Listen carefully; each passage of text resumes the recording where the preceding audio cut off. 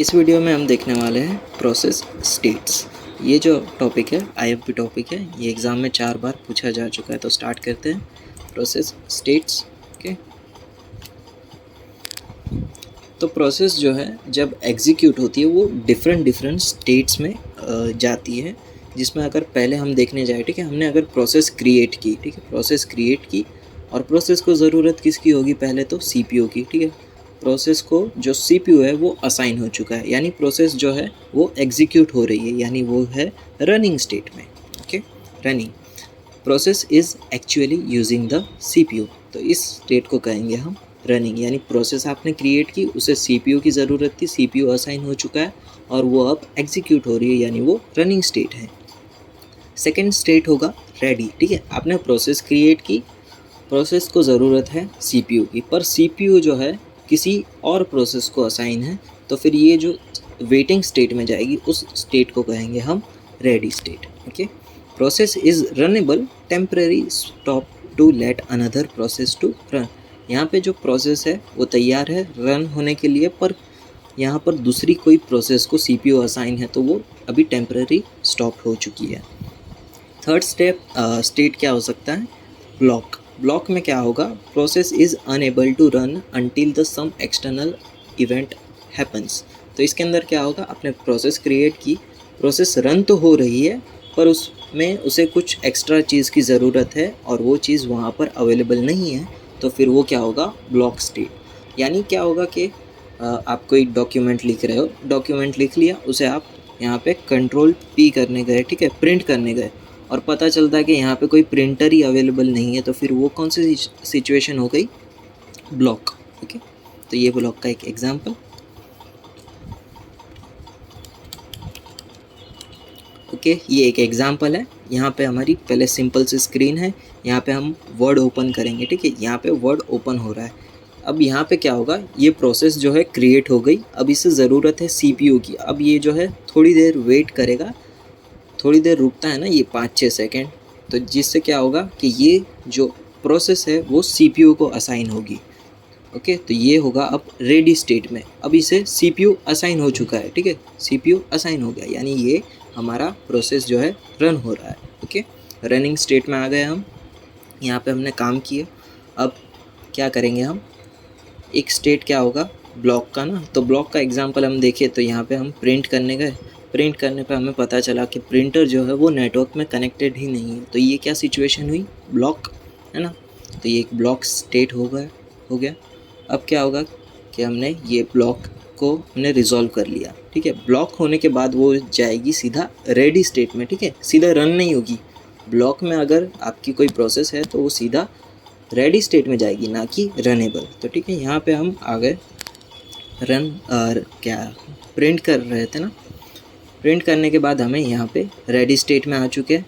अब यहाँ से हम प्रिंटर सिलेक्ट करेंगे और जो हमारी प्रोसेस है वो एग्जीक्यूट करके टर्मिनेट कर देंगे। ओके, अब आता है हमारा next topic, process states transition. यानी प्रोसेस जो है अब डिफरेंट स्टेट में ट्रांजिशन कैसे करेगी वो देखते हैं। When and how this transition occur, process move from one state to another.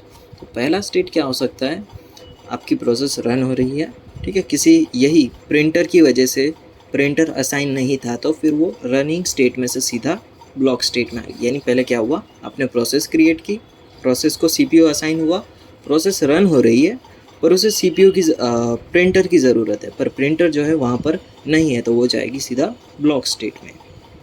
Process blocks for input और wait for an event, that is printer is not available.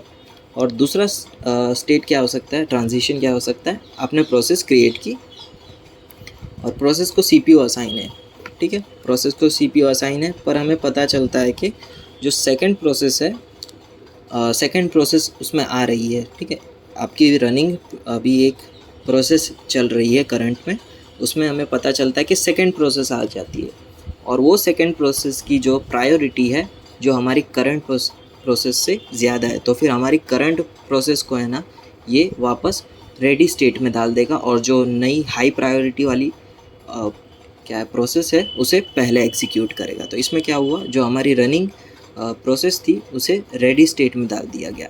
और इसमें एक और केस हो सकता है कि एंड ऑफ टाइम स्लाइस या फिर प्रीएम्पशन। जो हमने मल्टीटास्किंग में देखा था ना कि स्पेसिफिक टाइम के लिए ये प्रोसेस को सीपीयू असाइन होगा, वो वाला केस है इसमें। यानी आप प्रोसेस रन हो रही है, उसका टाइम जो है वो प्रोसेस के लिए ख़त्म हो चुका है, तो फिर वो प्रोसेस जो है रेडी स्टेट में वापस भेज दी जाएगी। थर्ड है हमारा रेडी टू रनिंग। ठीक है, अब यहाँ पे जो टाइमिंग था वो टाइमिंग ख़त्म हो चुका है। यानी जो अभी हमने यहाँ पर देखा कि एक मिनट देख लेते हैं, शेड्यूलर पिक्स दिस प्रोसेस। ठीक है, सेम वही चीज़ है कि आपको वापस टाइम मिल चुका है, अब ये टाइम पर आप प्रोसेस को वापस एग्जीक्यूट करोगे तो फिर वो रेडी स्टेट में से जाएगी सीधा रनिंग स्टेट में। Scheduler picks this process. Fourth रहेगा हमारा ब्लॉक टू रेडी। ठीक है, अभी कोई भी प्रोसेस आपकी ब्लॉक हुई है तो वो ब्लॉक से रेडी स्टेट में जाएगी, ना कि रनिंग स्टेट में। तो ब्लॉक से रेडी में क्या होगा कि आपका जो प्रिंटर है वो अब अवेलेबल है। ठीक है, प्रिंटर जो है अब अवेलेबल है, तो आप तो यहाँ से रेडी स्टेट में से प्रोसेस को रनिंग स्टेट में भेज सकते हो। Process are always either executing running और वेटिंग टू एग्जीक्यूट रेडी और waiting for an event to occur. ठीक है, ये कुछ सेंटेंस है, ये आपको याद रखना है। और ये बात का ध्यान रहे कि जो आपकी प्रोसेस है अगर ब्लॉक्ड है तो वो सीधा रेडी स्टेट में जाएगी, ना कि रनिंग स्टेट में, क्योंकि आप यहाँ पे देख सकते हो जैसे। ओके, नेक्स्ट है हमारा 5 स्टेट। ये 5 स्टेट के लिए प्रोसेस मॉडल है। आपको 5 के अलावा 6 के लिए, 7 के लिए, किसी के लिए भी पूछ सकते थे। अब पहले 5 के लिए देखते हैं। इसमें पहला न्यू में क्या होगा, हमारी न्यू प्रोसेस जो है वो क्रिएट होगी।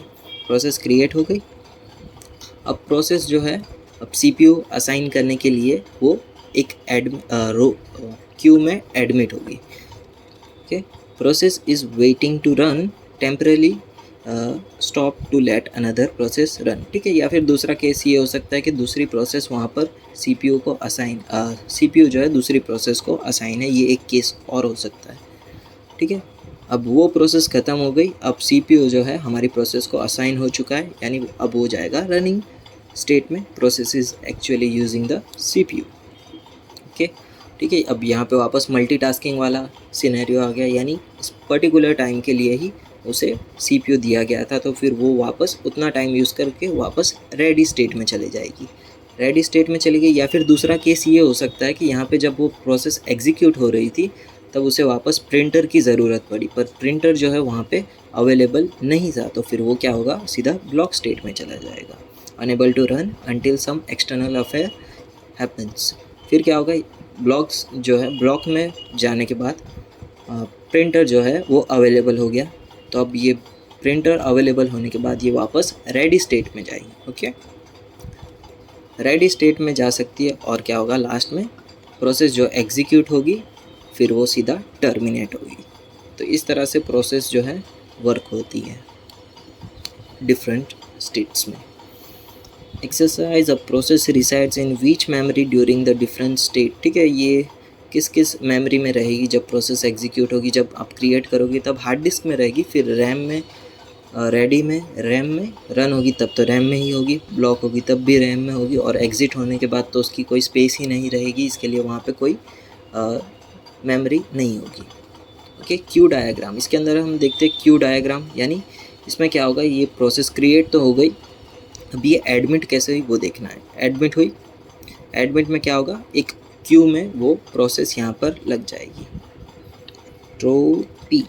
ठीक है, यहाँ पे वो प्रोसेस लग जाएगी। फिर क्या होगा कि प्रोसेस को सीपीयू असाइन होगा, डिस्पैच, यानी process is schedule to run. Processor assign हो गया, प्रोसेसर असाइन होने के बाद एक आउटकम ये हो सकता है कि प्रोसेस जो है वो कंप्लीट होकर एग्जिट हो गई। सेकंड आउटकम क्या हो सकता है कि प्रोसेस एग्जीक्यूट तो हो रही है, पर उसे प्रिंटर की वजह से, प्रिंटर ना अवेलेबल होने की वजह से वो एक इवेंट वेट में फंस जाएगी, यानी ब्लॉक क्यू में फंस जाएगी, और जब वो प्रिंटर अवेलेबल हो जाएगा तो फिर वो सीधा वापस एडमिट में पहुंच जाएगी। या फिर एक यहाँ पे वही मल्टीटास्किंग का एक सिनेरियो क्रिएट हो सकता है कि पर्टिकुलर टाइम जो है उसका टाइम आउट हो चुका है। ठीक है, प्रोसेस को जो पर्टिकुलर टाइम असाइन था उतना टाइम यूज़ हो चुका है, अब दूसरी प्रोसेस की बारी आई, तो फिर वो जो है टाइम आउट के थ्रू वापस एडमिट रो में यहाँ पर वापस लग जाएगी। तो इस तरह से था हमारा क्यूब डायग्राम। ओके, तो यहाँ तक रखते हैं।